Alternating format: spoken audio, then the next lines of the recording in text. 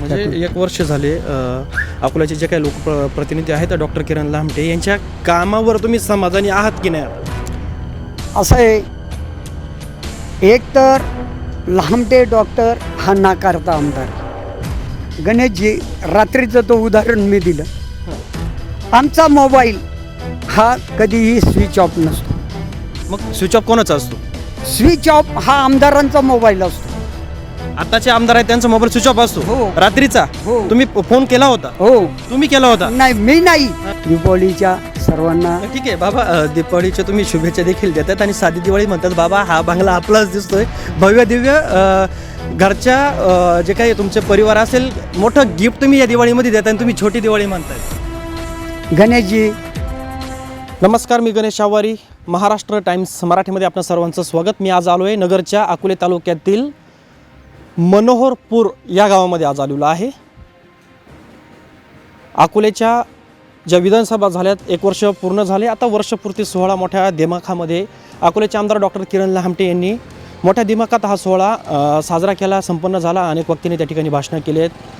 आता त्याच्यामध्ये काही मुद्दे आहेत. तर त्याच्यामध्ये ज्या काही होऊ घातलेल्या निवडणुका असतील, जिल्हा परिषदेच्या असतील, 2024ची पुन्हा होणारी जी काही विधानसभा असेल भविष्यातील, त्याचे देखील उमेदवारी डिक्लेअर त्या कार्यक्रमामध्ये झालेल्या आहेत आणि मोठ्या चर्चा अकोल्यामध्ये रंगलेल्या आहेत. त्याचप्रमाणे अकोल्यामध्ये या 1 वर्षाच्या कार्यकाळामध्ये किती विकास झाला आहे, काही विकास कामं झालेत का, की फक्त मीडियामध्ये यायचं, बोलायचं, हे कामं सुरू आहेत, तिकडं नारळ फोडायचे, हे असे अनेक असंख्य प्रश्न आहेत. त्याचप्रमाणे विरोधकांनी फक्त आरोप करायचे का ते फक्त आरोप करणार, या अशा अनेक प्रश्न आहेत. आणि ह्याच विषयावरती बोलण्यासाठी आज आपल्याबरोबर आहेत भारतीय जनता पार्टीच्या अकोले तालुक्याचे अध्यक्ष सीताराम पाटील भांगरे आपल्यासोबत आहेत. बाबा, तुमचं मी पहिल्यांदा स्वागत करतो. 1 वर्ष झालं बाबा, तुम्ही विरोधामध्ये आहेत. 1 वर्षामध्ये अनेक विकास कामं सुरू आहेत. पिंपरकाण्याचं काम चालू आहे. कोल्हार घोटी रस्त्याचं जो काही मार्ग आहे मोठं काम त्याचं सुरू आहे. त्याच्यानंतर जे काही गावांतर्गत रस्ते असतील खडी पडलेले आहे, डांबरीकरणाचे कामं सुरू आहेत. प्रचंड विकास अकोल्यामध्ये सुरू आहे सध्या. असा काही विकास या तालुक्यामध्ये सुरू नाही. कारण जो कोल्हार गुटीचा तुम्ही उल्लेख केला, हे माननीय चंद्रकांतदादा पाटील, नितीनजी गडकरी यांनी त्यावेळेच्या सरकारमध्ये असताना मंजूर केलेली कामं आहेत. जे 14 वित्त आयोगाचे कामं जे खेडोपाडी चालू आहेत, 14 वित्त आयोग हा केंद्र सरकारचा असून आणि केंद्र सरकारचा निधी ज्या वेळेस जिल्हा परिषदेला मिळतो त्यावेळेस जिल्हा परिषद त्याचं वाटप करत असते खाली प्रत्येक ग्रामपंचायतीला. आणि त्यामुळं ह्या सरकारची 1 वर्षाच्या कालखंडामध्ये कुठंही काही कामं झाल्याची दृष्टीपथात नाही. बरं, ठीक आहे. मला एक सांगा बाबा, सध्या जे काही परतीच्या पावसानं शेतकऱ्यांचं प्रचंड नुकसान झालं आहे. एकीकडे कोरोनाचं मोठं संकट या राज्यावरती आहे, देशावरती आहे, संपूर्ण जगावरती आपण पाहतोय आणि शेतकरी आता प्रचंड अडचणीत आहे. त्यामुळे विकास खुटला आहे असं बोललं जातं आहे, सत्ताधारी सांगते. त्याच्यामुळे विकास होऊ शकत नाही. सध्याची परिस्थिती अवघड आहे ह्या परिस्थितीमध्ये. कारण गेले 20 ते 25 वर्षामध्ये जेवढा पाऊस झाला नाही तेवढा पर्जन्य ह्या 2-4 महिन्याच्या कालखंडामध्ये झाला. शेती पूर्णपणे उद्ध्वस्त झाली. ती भाताची शेती असो, ऊसाची शेती असो, सोयाबीनची शेती असो, बाजरीची शेती असो किंवा बटाट्याची शेती असो, पूर्णपणे या तालुक्यातला नव्हे तर महाराष्ट्रातला शेतकरी उद्ध्वस्त झाला आहे. परंतु दुर्दैव असं आहे की मागच्या सरकारच्या कालखंडामध्ये ज्या ज्या वेळेस अशी अतिवृष्टी झाली त्याचे तातडीनं पंचनामे करण्यात आले आणि त्या शेतकऱ्यांना नुकसान भरपाई दिली गेली. परंतु दुर्दैवानं आत्ताच्या कालखंडामध्ये ज्यावेळेस पंचनाम्यांचे आदेश दिले गेले, एकतर पंचनाम्यांच्या आदेशाला एवढा उशीर लागला की शेतकऱ्याचं पीक ज्या शेतामध्ये उभं आहे, ज्या शेतामध्ये पाणी आहे, त्या पाण्यामध्ये पीक भिजत असताना यांनी पंचनाम्याचे आदेश काढले नाही. शेतकऱ्यांना ते पीक जेव्हा बांधावरती घेऊन आले त्यावेळेस त्या ठिकाणी आदेश दिले गेले आणि तलाठी ज्यावेळेस शेतामध्ये पंचनाम्याला गेले त्यांना चिखल सोडून काहीच दिसला नाही. ते म्हणतात या वावरामध्ये काहीच पिकलं नाही किंवा अधिकारी म्हणतात पिकलं नाही. यामुळं या तालुक्यातला शेतकरी प्रचंड अशा संकटामध्ये सापडलेला आहे की आई जीव घालीना आणि बापाही खाऊ घालीना अशी परिस्थिती इथल्या शेतकऱ्यांची झालेली. आता मला एक सांगा, शेतकऱ्यांसंदर्भात तुम्ही मुद्दे मांडलेत. सध्याची जी परिस्थिती आहे आता, जे काही सरकार आहे उद्धव ठाकरे साहेबांचं जे काही आता सरकार आहे राज्यामध्ये, त्यांनी 10,000 कोटीचं पॅकेज तर जाहीर केलं. 10,000 कोटीचं पॅकेज जाहीर करताना तुम्ही ते पॅकेज विश्लेषण त्याचं बघितलं का? ज्या वेळेस त्यांनी पॅकेज डिक्लेअर केलं त्यामध्ये रोडच्या दुरुस्तीसाठी काही रक्कम, त्यानंतर पाट बंधारे जे पाणी ज्या ठिकाणी बंधारे फुटले असतील त्याच्या दुरुस्तीसाठी काही रक्कम, पूल जिथं नादुरुस्त झाले असतील त्यासाठी काही रक्कम, अशा पद्धतीनं फक्त 5,000 कोटी रुपये महाराष्ट्राच्या शेतकऱ्यांना देण्याचं त्यांनी कबूल केलं. आणि कबूल करत असताना सरसकट पंचनामे त्यांनी केले पाहिजे होते, परंतु ते करताना दिसत नाही. आणि 5,000 कोटीमध्ये मला वाटतं हे 1,000 कोटीसुद्धा रुपये शेतकऱ्याच्या पदरात पडणार नाही. याचं कारण असं आहे की त्यांनी जे निकष लावले, कोणते निकष? का स्पॉट पंचनाम्यावरती त्यांना पीक दिसलं पाहिजे. आत्ता डिसेंबर महिना सुरू झाला. पूर्वीच्या म्हणजे सोयाबीनचं पीक असेल, सोयाबीन ही बाजारामध्ये यायला 1 महिन्यापासून सुरुवात झाली. किमान अंशी यांनी शेतकऱ्यांचे पंचनामे मागच्या 2 महिन्यापूर्वी करण्याचा आदेश दिला पाहिजे होता, तो त्यांनी दिलेला नाही. त्यामुळं शेतकऱ्याच्या पदरामध्ये एकही रुपया या सरकारचा पडणार नाही. नसेल तर नजीकच्या कालखंडामध्ये तुम्हाला या ठिकाणी दिसून येईल की तालुक्यामध्ये कोणताही शेतकरी ह्या निकषामध्ये बसत नाही. त्यामुळं ह्या सरकारचं म्हणजे सरकार जे देतं आहे हे सुद्धा दिलं जाणार नाही. 1,000 कोटीसुद्धा त्यांचे खर्च होणार नाही. ठीक आहे, ज्याप्रमाणे तुम्ही आरोप करताय, तर मला एक सांगा, आता आपण अकोले तालुक्याच्या शेतकऱ्यांच्या संदर्भात बोलूया. आता परतीच्या पावसाने प्रचंड भात शेतीचं नुकसान झालं आहे. सोयाबीन, बाजरी, मका हे संपूर्ण पिकं भुईसपाट झाले. त्याच्यानंतर तालुक्याचे आमदार असतील, डॉक्टर किरण लामटे यांनी दौरे केले असतील, माजी आमदार वैभवराव पिचड असतील, त्यांनी देखील दौरे केले असतील. मात्र फक्त दौरे करायचे, शेतकऱ्यांच्या बांधावरती जायचं, फोटो काढायचे, माध्यमांमध्ये बातम्या येतात, मदत करू, शासनाकडे मांडू, ह्या सगळ्या प्रक्रिया केल्या जातात. मात्र अंतिम टप्प्यामध्ये आल्यानंतर शेतकऱ्याच्या हातात खाली निराशाच पडते. त्याच्यातला एक भाग असा आहे की ज्या वेळेस ह्या तालुक्याचा आमदार हा लोकप्रतिनिधी असतो, यांनी ज्या पहिली अतिवृष्टी झाल्याबरोबर त्यांनी सांगायला पाहिजे होतं शासनाला, पुन्हा परत ह्या ठिकाणच्या तहसीलदारला, ह्या ठिकाणच्या अधिकाऱ्यांना की अकोले तालुक्यातले पंचनामे तुम्ही करून घ्या. आम्ही 3 वेळा आंदोलनं केली. ह्या 2 महिन्याच्या कालखंडामध्ये 3 वेळा आंदोलनं केली. तिन्ही वेळेस त्यांना सांगितलं की शेतकऱ्यांचं प्रचंड प्रमाणात नुकसान होतं आहे, ह्या नुकसानीची भरपाई त्यांना मिळाली पाहिजे, त्यांचे पंचनामे जाग्यावरती झाले पाहिजे. आणि ते पंचनामे केले गेले नाही, हे या तालुक्याचं नव्हे तर महाराष्ट्राचं दुर्दैव आहे. शेतकऱ्याकडं पूर्णपणे दुर्लक्ष केलं गेलं. माजी आमदार वैभवराव पिचड हे सुद्धा आंदोलनात सहभागी होते. आणि शेवटी जो आमदार विरोधी पक्षाचा म्हणजे विधानसभेचा सदस्य नसल्यामुळं काही मर्यादा पाडतात, त्यांनी सांगितलं गेलं. अनेक वेळा सरकारशी पत्रव्यवहार केला, तहसीलदारांशी पत्रव्यवहार केला, परंतु त्याच्यातून काहीही साध्य झालेलं नाही. तालुक्यात ह्या आमदारांनी कुठल्याही पद्धतीचं नियोजन ज्याला म्हणतात ते नियोजन केलं गेलं नाही. त्यामुळं शेतकरी पूर्णपणे उदासीन आहे. ऐन दिवाळीच्या तोंडावरती त्यांना कुठल्याही प्रकारची मदत मिळण्याची सुताराम शक्यता या ठिकाणी दिसत नाही. ठीक आहे, आता तुम्ही ज्याप्रमाणे म्हणता शेतकऱ्याला या दिवाळीमध्ये देखील मदत मिळणार नाही. आता मला एक सांगा, केंद्रामध्ये तुमचं सरकार आहे, राज्यामध्ये ठाकरे सरकार आहे, याबाबत तुम्ही वैभवराव पिचड असतील किंवा माजी मंत्री मधुकररावजी पिचड साहेब असतील, यांनी तुमचे जे काही केंद्राचे मंत्री असतील, नेते मंडळी असतील, यांच्या कानावरती घातली असेल, काही मागणी केली असेल त्यावेळेला? मग जर केंद्रात तुमचं सरकार आहे, राज्यामध्ये तुमचं सरकार आहे, तुम्ही राज्य सरकारवरती लोटता आणि बाकीचे हे जे काही नेते मंडळी सत्ताधारी राज्याचे आहेत ते केंद्रावरती लोटता, म्हणजे या तुमच्या प्रक्रियेमध्ये शेतकरीच का भरडला जातो मग? तुम्ही कुठेतरी हे करून घ्यायला पाहिजे होतं, शेतकऱ्यांना मदत पोहोचवायला पाहिजे होती. असं आहे, एक महाराष्ट्र सरकारचा किंवा कोणतंही राज्याचं जे सरकार आहे, ज्यावेळेस अतिवृष्टी होते किंवा आपत्कालीन परिस्थिती निर्माण होते, त्यावेळेस त्यांनी केंद्राकडं निधी मागितला गेला पाहिजे. हा एका तालुक्याचा प्रश्न नाही, हा पूर्णपणे राज्याचा प्रश्न आहे. आणि राज्याच्या प्रश्नामध्ये ज्या ज्या वेळेस यांनी मागणी केली त्या वेळेस केंद्राने यांना दिली. आत्ता काल परवा 8 दिवसापूर्वी 27,000 कोटी केंद्रानं पाठवलेच ना. केंद्रानं निधी दिला नाही असं त्यांना म्हणता येणार नाही. त्यांनी ज्या ज्या वेळेस मागण्या केल्या, मागच्या वेळेस आपत्कालीन परिस्थिती निर्माण झाली, त्यांनी मागितलं, केंद्रानं पैसे दिले. आणि केंद्र सरकार हे सजग सरकार आहे.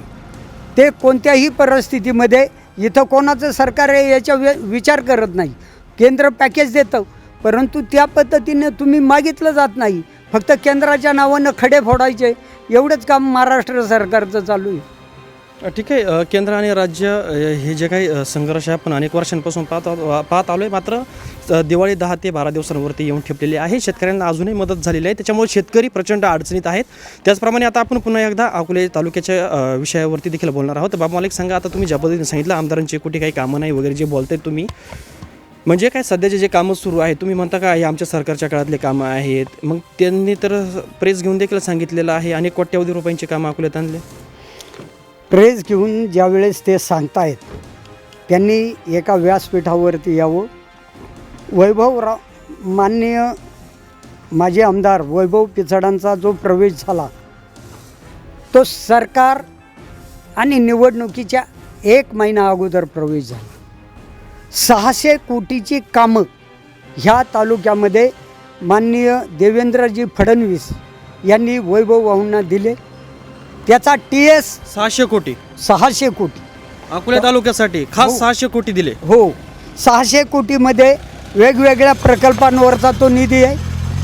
त्या निधीमध्ये मग अनेक विविध प्रकारचे आहेत. रोडचा निधी आहे, त्यानंतर ट्रायबलचा निधी आहे. असे अनेक वेगवेगळ्या पद्धतीचे निधी त्यावेळेस दिले गेले. आणि त्या निधीचे TS ह्या सरकारच्या कालखंडामध्ये निघाले आणि त्याची कामं आता सुरू आहेत. उदाहरण दाखल तुम्हाला सांगतो, आजही तुम्ही पहा कोतुळ ते पैठण, आंबोळ पैठण, कोहण्यापर्यंतचा रस्ता हा सुद्धा त्यातलाच प्रकार आहे. कोतुळ ते ब्राह्मणवाडा, देवठाण ते अकोला ते देवठाण, हे कोलार गुटीचं रोडचं काम, ह्या सगळ्या कामांची जर बेरीज केली तर तुम्हाला 600 कोटीचा आकडा मिळू शकतो. म्हणजे 1 वर्ष झाले अकोल्याचे जे काही लोकप्रतिनिधी आहेत डॉक्टर किरण लामटे यांच्या कामावर तुम्ही समाधानी आहात की नाही? आता असं आहे, एक तर लामटे डॉक्टर हा नाकारता आमदार आहे. ज्या पद्धतीनं त्यांनी सुरुवात करायला पाहिजे ती त्यांनी केली गेलेली नाही. काय असतं की 25-15ची कामं ही जिल्हा परिषद देते, हे काय आमदार देत नाही, विधानसभा देत नाही. 14 वित्त आयोग केंद्राकडून जिल्हा परिषदेकडे येतो. हा काय राज्य सरकारचा परफॉर्मन्स नाही किंवा त्या आमदाराचा परफॉर्मन्स नाही. मग आमदारानं या ठिकाणी जे बजेटची कामं आहे, बजेटची कॉपी दाखवावी ना. त्यांनी एवढे कामं बजेटमध्ये मंजूर करून आणलेत. बजेटला आम्हाला एकही काम दिसत नाही. ट्रायबलचा निधी या ठिकाणी नाही. उलट अंशी माननीय वैभवराव पिचड यांनी सातत्यानं मागणी लावून धरली आणि आदिवासी भागातल्या आदिवासी शेतकऱ्यांना खावटी कर्ज मंजूर व्हावं यासाठी सातत्यानं विरोधात असूनसुद्धा आवाज उठवला आणि त्या आदिवासी बांधवांना निदान किमान अंशी ते खावटी कर्ज तरी मंजूर झालं. जिल्हा बँकेचे चेअरमन सीताराम पाटील गायकर यांनी किमान अंशी ह्या शेतकऱ्यांना पीक कर्ज तरी दिलं. तुम्ही मला एखादा त्यांचं काम असं माझ्या तरी नजरेत आलेलं नाही का ह्या ठिकाणी निधी दिला. त्यांनी सांगितलं माझ्या आमदार फंडातले 50 लाख रुपये मी कोविड सेंटरसाठी दिले. माझा आजही आरोप आहे. रात्रीचं उदाहरण सांगतो, रात्री 12:30 वाजता मला धामणगावमधून फोन आला. ते पेशंट कोविडनं त्रस्त होतं. ते अकोल्यामध्ये आलं. अकोल्यामध्ये आल्यानंतर अकोल्यामध्ये सगळे कोविडचे हॉस्पिटल फुल. त्यांना ऑक्सिजनची गरज होती. त्यांना संगमनेरला पाठवलं गेलं. घुलेवाडीमध्ये सुद्धा ऑक्सिजनचे सिलेंडर त्यांना मिळालं नाही. शेवटी ते पेशंट रातोरात नगरला न्यावं लागलं आणि नगरला सिव्हिल हॉस्पिटलमध्ये ॲडमिट केलं. एक डॉक्टर ह्या तालुक्याचा आमदार झाला. त्या तालुक्यामध्ये जर गॅसच्या सिलेंडरची व्यवस्था होऊ शकत तुम्ही तर 25 बेडचं कोविड सेंटर दिले, ऑक्सिजन वगैरे सगळं असल्याचं बोललंय. त्यावेळेला माजी मंत्री मधुकर पिचड होते, थोरात होते, लामटे होते. त्यांनी ज्यावेळेस तिथं सांगितलं गेलं 6 सिलेंडरनं काही होत नाही, त्या ठिकाणी जर ते हॉस्पिटलच फुल झालेलं आहे तर त्यावेळेस काय करणार? 6 सिलेंडर जर पेशंट जर वाढले, 25 लोकांना जर ऑक्सिजनचे सिलेंडर द्यायची वेळ आली तर त्या ठिकाणी 25 सिलेंडरची व्यवस्था व्हायला नको का? ठीक आहे, तुम्ही नाकर्तेपणाचं त्या आमदारांना तुम्ही उपमा देत आहेत. विरोधक सुद्धा नाकर्तेपणाचा कारभार दिसतोय आम्हाला. तुम्ही मला ज्याप्रमाणे रस्त्यांची कामं सांगितले, विरोधकांनी कोणतं लक्ष दिलं त्याच्यामध्ये? हे बघा, सगळ्या कामांमध्ये प्रचंड प्रमाणामध्ये लक्ष दिलं गेलं. कोलार-घुटी रोडचं काम असो किंवा तिकडं कोतुळचं असो, ह्या ठिकाणी सगळ्या ठिकाणी विरोधकांनी लक्ष दिले. विरोधकांनी काम करून घेण्याची जबाबदारी ही तिथल्या स्थानिक नागरिकांची असते. त्यांच्या कामात जर त्यांनी तक्रारी केल्या तर त्यावेळेस त्या एजन्सीला, त्या अधिकाऱ्यांना प्रत्येक वेळेस सांगितलं गेले. आणि विकासाच्या कामात विरोधकसुद्धा नाकर्ते जर असेल, माझं तर म्हणणं असं आहे का जागरूक विरोधक म्हणून आम्ही सातत्यानं या ठिकाणी प्रसिद्धी माध्यमं असतील, त्यानंतर तहसील कार्यालय असेल किंवा ज्या ज्या यंत्रणा आहेत शासकीय, त्यांना धारेवरती धरण्याचं काम आम्ही एकही दिवस सोडलेलं नाही. बाबा, माझा तुमच्यावरती एक स्पष्ट आरोप आहे. तुम्ही बोलता बोलता एक मला तुम्हाला विचारायचंच आहे. तुम्ही ज्या आमदारांवरती आरोप प्रत्यारोपांच्या फैरी बघतो आपण, तुम्ही मध्यंतरी आमच्या चॅनलवरती एक मुलाखत देखील दिली, त्याच्यावरती अनेक आरोप केले तुम्ही. डॉक्टर किरण लामटे यांना आमदार करण्यासाठी तुमची छुपी आतून युती होती, हा माझा आरोप आहे. हा माझा एक व्यक्तिगत आरोप आहे. असं आहे, मी भारतीय जनता पार्टीचा कार्यकर्ता, गेले 40 वर्ष एका ध्येयानं पछाडलेला कार्यकर्ता आहे.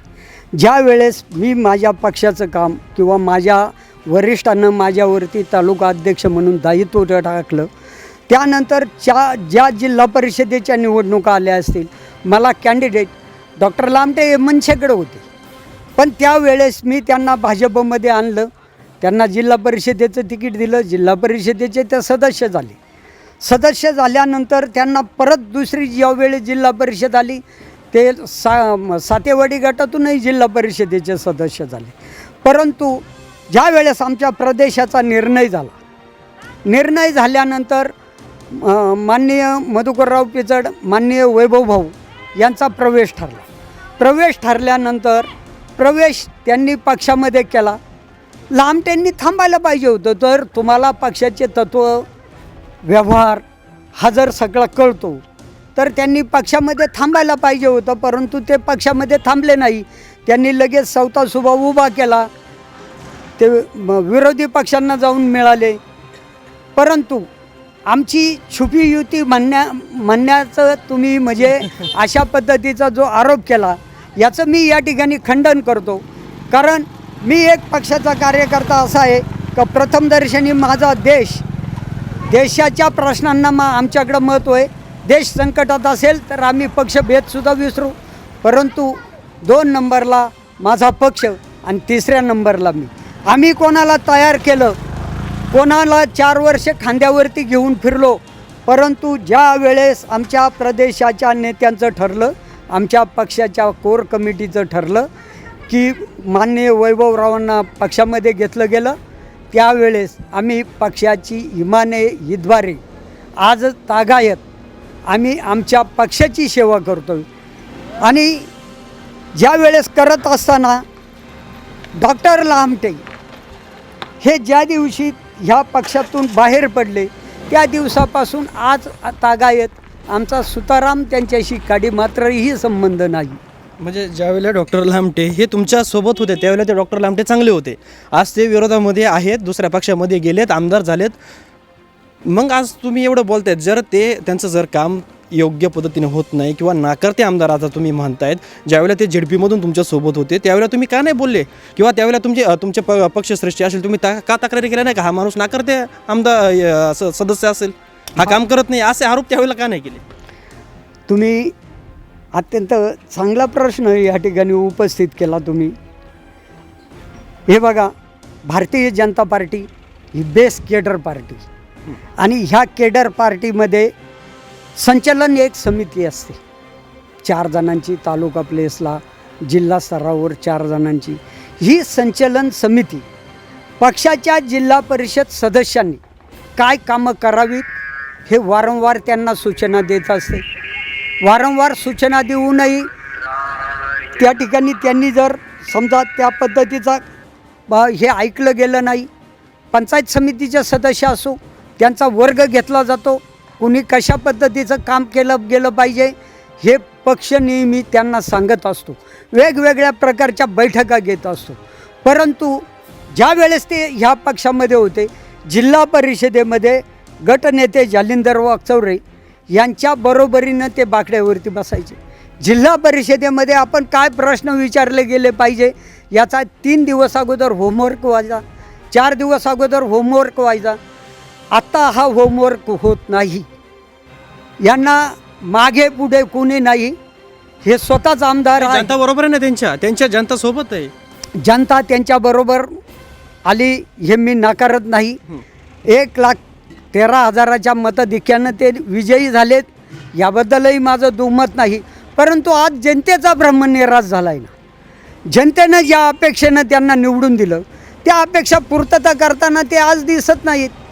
मी मगाशी तुम्हाला सांगितलेलं रात्रीचं ते उदाहरण आहे, कोविड सेंटरचं असेल किंवा या ठिकाणी ज्या आशा वर्कर आहेत, ज्या समाजतळामध्ये कोविडच्या कालखंडामध्ये ग्राम पातळीवरती काम करणारा तो गावचा सरपंच, गावचे पोलीस पाटील, त्या ठिकाणी असणारे सदस्य, त्यानंतर पुन्हा परत आशा वर्कर, अंगणवाडी सेविका, ग्रामसेवक, ह्या सगळ्यांची टीम ज्या वेळेस ग्राम पातळीवरती काम करत होती त्यावेळेस दुर्दैव या तालुक्याचं नव्हे तर राज्यामध्ये सुद्धा अशी स्थिती होती की त्या माणसांना हँडग्लोव्ज नाही, त्या माणसांना सॅनिटाईज नाही, त्या माणसांना मास्क नाही, त्या माणसांची कुठल्याही पद्धतीची सुरक्षा नाही. आणि ज्या घरात कोविड पेशंट असेल त्या ठिकाणी त्या कर्मचाऱ्यांना धिटाई न जाऊ ज्या वेळेस फवारणी करण्याची पाळी येत होती, अक्षरशः अंगावरती त्यांना निदान पीपी किट तरी द्यायला पाहिजे होतं ना. दिलं की पीपी किट दिलं ना. एकाही कर्मचाऱ्याच्या अंगावरती मला पीपी किट ह्या तालुक्यात फवारणी करताना दिसलं नाही. त्यांचा हा पीपी किट ऐकलं आम्ही, फुलमध्ये नाही आम्ही ऐकलं. फुल नाही, हापाही नाही, फुलही नाही. कारण नसेल तर ह्या ठिकाणचा जो कर्मचारी आहे त्याला मी आत्ता बोलू शकतो ना की तुम्हाला पीपी किट मिळाले. परंतु मी ज्या वेळेस त्या कोविडच्या कालखंडामध्ये आम्ही तालुक्यामध्ये सातत्यानं फिरत होतो, ब्राह्मणवाड्यापासून तर गणोऱ्यापर्यंत प्रचंड प्रमाणात त्या कालखंडामध्ये आमचे दौरे झाले. प्रत्येक गावाचा अपडेट आम्ही घेत होतो. त्याही कालखंडामध्ये ह्या सरकारनं नव्हे ह्या आमदारानं सुद्धा काही केलं नाही. फक्त फिरणं म्हणजे विकास होत नाही, फिरून काही हे विकास होत नाही. जर तुम्ही दिला असेल तर दाखवा ना एखाद्या ठिकाणी का वाटप करताना तहसीलदारांचा फोटो आहे, गटविकास अधिकाऱ्यांचा फोटो आहे, आरोग्य अधिकाऱ्यांचा फोटो आहे, कोणाचाही फोटो नाही, कुणी आमदारही त्या ठिकाणी उपस्थित नाही. एखाद्या ठिकाणी वाटप करताना दाखवावं ना त्यांनी. उलट अंशी आम्ही विरोधक म्हणून जनतेच्या पैशातून जनतेकडून डोनेशन गोळा करून आमची जनकल्याण समिती असेल, भारतीय जनता पार्टीचे किट असेल, हे वारंवार गरीब जे निराधार लोक आहेत त्यांच्यापर्यंत आम्ही किट पोहोचवण्याचं काम केलं. उलट अंशी त्या वेळेस आम्ही बघितलं की शासकीय यंत्रणा पोहोचत सुद्धा नव्हती, अनेक खेडोपाडी त्या पोहोचल्यासुद्धा नाही. ठीक आहे, तुम्ही अनेक सांगतायत. आता तुम्ही भाजपाचे तालुका अध्यक्ष असल्यामुळे ठीक आहे, तुम्ही विरोध तर थोडाफार तर करणारच. मला एक म्हणायचं आहे, तुम्ही आमदारांवरती आरोप करतायत हे कामं नाही झाले ते कामं नाही झाले. एक भाजपाचे तालुका अध्यक्ष म्हणून तुम्ही लोकांसाठी अशा कोणत्या योजना पोहोचवल्या का लोकांनी तुमचं आता कौतुक करावं? आता गणेशजी, रात्रीचं तो उदाहरण मी दिलं. आमचा मोबाईल हा कधीही स्विच ऑफ नसतो. मग स्विच ऑफ कोणाचा असतो? स्विच ऑफ हा आमदारांचा मोबाईल असतो. आताचे आमदार आहेत त्यांचा मोबाईल स्विच ऑफ असतो हो. रात्रीचा. हो. तुम्ही फोन केला होता? हो. तुम्ही केला होता? नाही, मी नाही. हां. अनेक कार्यकर्त्यांचं म्हणणं आहे. हां. आता या ठिकाणी तुम्हाला सांगतो की तालुक्यात अशा अनेक आपत्कालीन घटना झाल्या. बरं. ज्या वेळेस सत्ताधारी कोणी ऐकत नाही त्यावेळेसच माणूस विरोधकांचा दरवाजा खटखटवतो. बरं. आणि तालुक्यात अशा अनेक घटना आहे की प्रत्येक वेळेस विरोधकांकडं. आज तुम्हाला सांगतो संजय गांधीचं प्रकरण असो, साध्या रेशन कार्ड काढणं असो, याच्या दर दिवशी 2, 4, 5, 6 कंप्लेंट येतात. त्यांचं निराकरण करावं लागतं. आज साधी गोष्ट आहे, एक शेतकऱ्यांच्या दृष्टीनं आता पाऊस झालेला आहे, त्यांना पुढचा हंगाम तयार करायचा आहे. मग काही ठिकाणी डिब्या जळालेल्या असतात. उदाहरण दाखल आजच सांगतो ना, आज लई दूरवरून फोन की आमची डिब्बे जळालेली, गेले 2 महिने झाले आम्ही सातत्यानं पाठपुरावा करतो, आम्हाला डिब्बी मिळालेली नाही. पिंपळदरीचं उदाहरण सांगतो. आता सध्या बोरीचं उदाहरण सांगतो. अशा अनेक समस्या प्रत्येक वेळेस ते कार्यकर्ते ज्या वेळेस सत्ताधारी सोडवत नाहीत त्यावेळेस ते विरोधकांकडे येतात आणि सोडवण्याची मागणी करतात. त्यामुळं प्रत्येक ठिकाणी आम्ही जातो, सांगतो, अधिकाऱ्यांशी बोलतो, चर्चा करून 2-4 दिवसामध्ये त्यांना न्याय मिळेल प्रत्येक गोष्टीमध्ये. अशा पद्धतीचं काम आमचं सातत्यानं चालू असतं. नक्कीच. एक विरोधक म्हणून थोडेफार त्यांचे कामं सुरू आहे. त्यांनी देखील असं सांगितलं आहे. आणि जे काही आपले अकोल्याचे आमदार असतील डॉक्टर किरण लामटे असतील त्यांचं देखील विकासात्मक जे काही कामं सुरू असतील अजून त्यांच्याकडे 4 वर्षाचा अवधी आहे. बाबा वाटतं त्यांनी आता आश्वासनं दिले तर 4 वर्षामध्ये MIDCचा काही प्रश्न असेल, पाण्याचे काही प्रश्न असतील, मोठ्या समस्या ज्या काही असतील त्या सोडवण्याचं आश्वासन दिले. आता 1 वर्ष पूर्ती होऊन गेलं आहे. आता राहिलेले जे काही 4 वर्ष आहेत या 4 वर्षामध्ये ज्यांना तुम्ही आता नाकारते आमदार म्हणतात, पण मात्र 4 वर्षामध्ये हे त्यांनी जर कामं केलं तर त्यावेळेला नंतर तुम्ही त्यांचं कौतुक कराल. मी एक उदाहरण सांगू इच्छितो. ते उदाहरण यासाठी सांगतो की 95 साली भारतीय जनता पार्टीचं सरकार आलं. भारतीय जनता पार्टी आणि शिवसेनेचं सरकार आल्यानंतर त्यावेळेस पाटबंधारे मंत्री होते माधवराव शिवणकर आणि आपल्या तालुक्याचे आमदार नामदार मधुकररावजी पिचड विरोधी पक्षनेते होते. आम्ही त्यांच्या विरोधात होतो. कारखान्यावरती दंगल झालेली होती. दंगल होऊन किमान 15 दिवस झाले असतील. विरोधकांचा आणि साहेबांचा प्रचंड मोठा असा संघर्ष झाला होता. आणि ह्या संघर्षाच्या कालखंडामध्ये मी ज्या वेळेस मुंबईमध्ये गेलो त्यावेळेस त्यांनी आत्ता जे पत्रकार आहेत शांताराम काळे हे तिथं होते. त्यांनी त्या पत्रकारांनी त्यावेळेस बोलवलं गेलं. शांताराम काळेंनी मला सांगितलं की पिचड साहेबांनी तुम्हाला बोलवलं आहे त्यांच्या कॅबिनला, त्यांना काहीतरी महत्त्वाची चर्चा करायची आहे. मी तिथं गेलो. साधी गोष्ट होती, त्यांनी मला सांगितली, मलाही ती अतिशय पटली की त्यांनी सांगितलं निळवंड धरण हे कुठल्याही परिस्थितीत झालं पाहिजे. मी त्याचे पाठपुरावे केले, सगळे पेपर तयार करून दिलेले. परंतु आता तुमचे मंत्री आहेत माधवराव शिवणकर, त्यांना भेटा आणि त्यासाठी किमान अंशी बजेट प्रोव्हिजन तरी 1 रुपयाची करा. अक्षरशः त्यावेळेचा पेपर आज माझ्या फाईलमध्ये उपलब्ध आहे किंवा नाही, परंतु आज मुलाखत देताना मला ते सांगावंसं वाटलं की ते विरोधी पक्षाचे होते. ते क्रेडिट त्या सरकारच्या कालखंडामध्ये होणारं होतं, परंतु काम तालुक्याचं होतं. आणि म्हणून तालुक्याच्या कामासाठी त्यावेळेसही साहेबांनी आम्हाला सांगितल्यानंतर आम्ही त्याचा 1 रुपया बजेट प्रोव्हिजन घेऊन आमच्या हाताने नारळ फोडले. आम्ही निळवंड्याचे नारळ आम्ही फोडले. नजीकच्या कालावधीमध्ये त्यांनी ते नंतर पुन्हा परत सत्तांतर झाल्यानंतर ते पूर्ण केलं धरण. परंतु ही सांगण्याची दानत आणि ताकद असावी लागते आणि ती ताकद ह्या आमदाराकडे नाही. मला एक किंवा त्यांना विरोधकांचं कोणाचं मार्गदर्शनही घ्यावं किंवा कोणत्या प्रकल्पासाठी काय करावं हे सुद्धा त्यांना समजत नाही. ज्या टोलार खिंडीच्या जीवावरती ते आज निवडून आलेत आणि विधानसभेमध्ये गेले, त्या टोलारखिंडीचा प्रश्न जरी त्यांनी मार्गी लावला तरी आम्ही अभिनंदन करू. कोणताही प्रकल्प मंजूर करण्यासाठी किमान त्याला सातत्य लागतं आणि ते सातत्य हे आमदार करू शकत नाही, हा माझा आत्मविश्वास. ठीक आहे, तोलारखिंडीचा हा प्रश्न अनेक वर्षांपासून आहे. माजी MIDC मंत्री ऐका सुद्धा ऐका लवकर माजी मंत्री मधुकर पिचड यांनी देखील सांगितलं की मला निवडून द्या, तोलारखिंड पुढे असे अनेक वेळा झाले. तो मुद्दा जाऊ द्या, आता होईल तेव्हा होईल. तोलारखिंडाचं स्वप्न हे अकोलेकरांचं स्वप्नच राहणार आहे. मला एक सांगा, आता 1 वर्षामध्ये जे काही तुम्ही आता वर्षपूर्तीचा जो काही कार्यक्रम झाला त्याच्यानंतर सांगितलं जे काही कामं झाली किंवा झाली नाही, आता ह्या पुढच्या कालखंडामध्ये अकोलेच्या जनतेच्या हितासाठी, शेतकऱ्यांच्या हितासाठी, जे काही आपले रोजगार असतील, कष्टकरी असतील, यांच्या हितासाठी कोणते कामं आता होणं गरजेचं आहे आणि ते आता ह्या आमदारांनी करायला पाहिजे अगदी थोडक्यात? प्रथमदर्शनी त्यांनी तालुक्यामध्ये नरेगाची कामं सुरू केली पाहिजे, शेतकऱ्यांना रोजगार उपलब्ध करून दिला पाहिजे.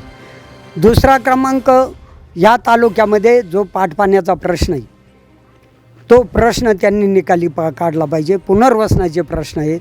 आता तुम्ही म्हटले तसे तालुक्यातली MIDC असेल, तालुक्यातले जे प्रकल्प असेल, आंबीट 2 झालं पाहिजे. अनेक बंधारे जागोजागी शेतकऱ्यांसाठी उपयुक्त ठरतील. जसं मागच्या सरकारनं जलयुक्त शिवारची चांगल्या पद्धतीची योजना केली.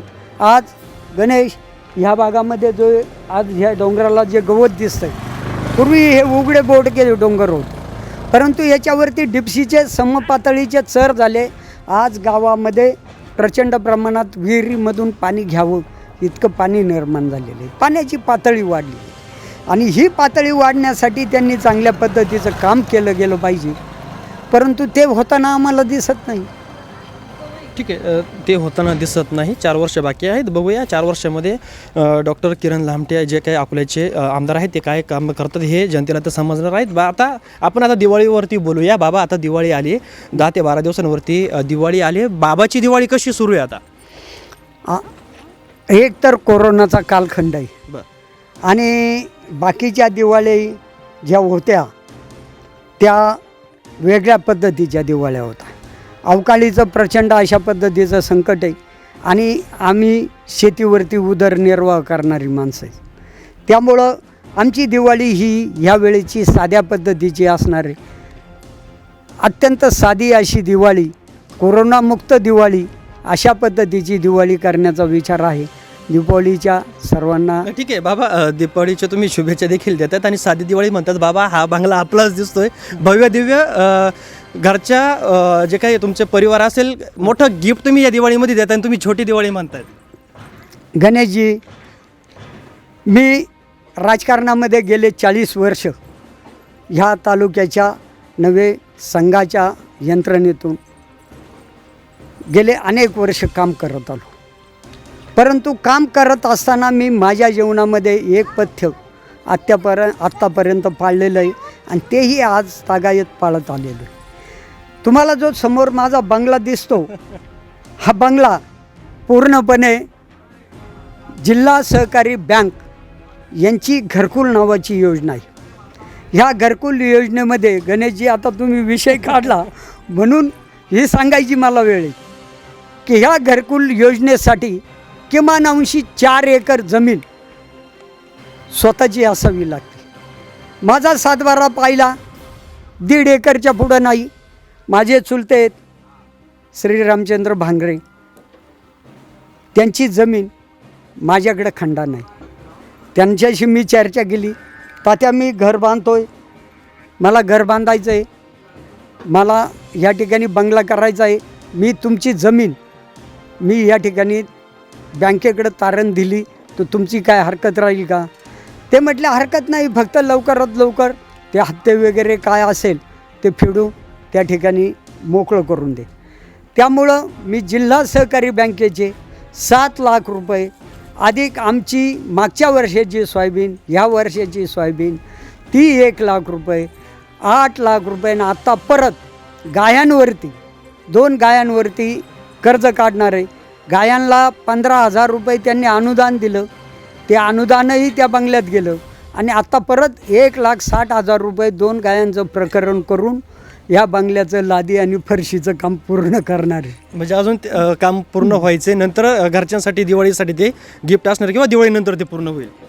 असं आहे, घरच्यांनी म्हणजे ते बिचारे कष्ट करत असतात. नसेल तर आत्ताही पहा, गोठ्यामध्ये सुनबाई आहे किंवा तिथं पारीनं का होणं मुरुम टाकायचं काम किंवा खोऱ्यानं मुरुम टाकायचं काम घरचे करतात. मी जरी बाहेर फिरत असलो तर माझ्या डोक्यात अजूनपर्यंत अशी बाहेरची हवा गेलेली नाही. बरं. मी कारण संघ विचाराचा माणूस असल्यामुळं संघ ही जीवन प्रणाली आणि त्या विचाराचं आदर्श तंतोतंत मी माझ्या हयातीमध्ये करण्याचा प्रयत्न करतो. आणि त्यामुळं म्हणजे कुणीही एखादा दुसरं कोणी म्हणाल का राजकारणातला सगळ्यात मूर्ख माणूस आहे, मूर्ख म्हटलं तरी माझा तो स्वाभिमान आहे. कारण मी कर्ज काढूनच हे सगळ्या गोष्टी करणार आणि त्याचे व्यवस्थित नीटनेटकेपणानं हप्ते हे फेडण्यासाठी ऊससुद्धा लावून ठेवला आहे.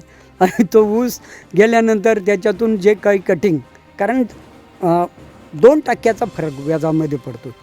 नॅशनलाइज बँक आणि जिल्हा सहकारी बँक यांच्यामध्ये 2% वाढीव असतानासुद्धा जिल्हा सहकारी बँकेचं कर्ज काढण्याचा मनोदय यासाठीच झाला की नॅशनलाइज बँक महिन्याला इन्स्टॉलमेंट घेणार आणि आपल्या प्रत्येक महिन्याला दूध डेअरीच्या पेमेंटमधून किंवा आपल्या घरच्या उत्पन्नातून आपल्याला ते हप्ते भरणं असाही होईल. त्यापेक्षा आपण शेतामध्ये 2 एकर ऊस लावला तर 4-5 वर्षामध्ये हे कर्ज बाद होईल. ह्या पद्धतीचं नियोजन करून त्या बंगल्याचं बाबांनी मोठा संकल्प केलेला आहे. शेतीतून उत्पन्न घेऊन दूधधंदा असेल किंवा बाकीचं जे काही शेती व्यवसाय करून बाबांचं घर पूर्ण करायचं त्यांचं स्वप्न सुरू आहे. त्याचप्रमाणे अकोले तालुक्यातील जे काही 1 वर्षामध्ये जे काही राजकारण झालेलं आहे, आरोप प्रत्यारोपाच्या फेरी आपण पाहिलेल्या आहेत. अनेक आरोप झालेत, काही विकास कामं सुरू आहेत ते मागच्या आमदारांनी केले आहेत असं यांचं म्हणणं आहे. त्यांच्या निधीतील जे काही मुख्यमंत्री देवेंद्र फडणवीस होते त्यावेळेला त्यांनी तो निधी मंजूर केला पक्षांतर झाल्यानंतर, आणि आताचे जे काही आमदार आहेत ते त्यांना देखील नाकर्तेपणाचा उपमा भांगरे यांनी दिलेले आहेत. मात्र 1च वर्ष पूर्ण झालेले आहेत, अजून 4 वर्ष पूर्ण व्हायचे. त्याच्यामध्ये किती विकास कामं होत आहेत, अकोले तालुक्यातील शेतकऱ्यांसाठी कष्टकऱ्यांसाठी कोणकोणत्या योजना अकोल्यामध्ये येत आहेत आणि अकोल्यामध्ये किती विकास होतो आहे, विकासाचा डोंगर कसा 4 वर्षामध्ये टप्प्याटप्प्याने आपल्याला पाहायला मिळेल हे देखील पाहणं आता महत्त्वाचं ठरणार आहे. मात्र यंदाची ही दिवाळी जे काही कोरोनाचं संकट आहे, परतीचा पावसाने शेतकऱ्यांचं नुकसान झालेलं आहे, अडचणीची दिवाळी आहे. त्याचप्रमाणे कोरोनामध्ये सगळ्यांनी जपलं पाहिजे, एकमेकाची काळजी घेतली पाहिजे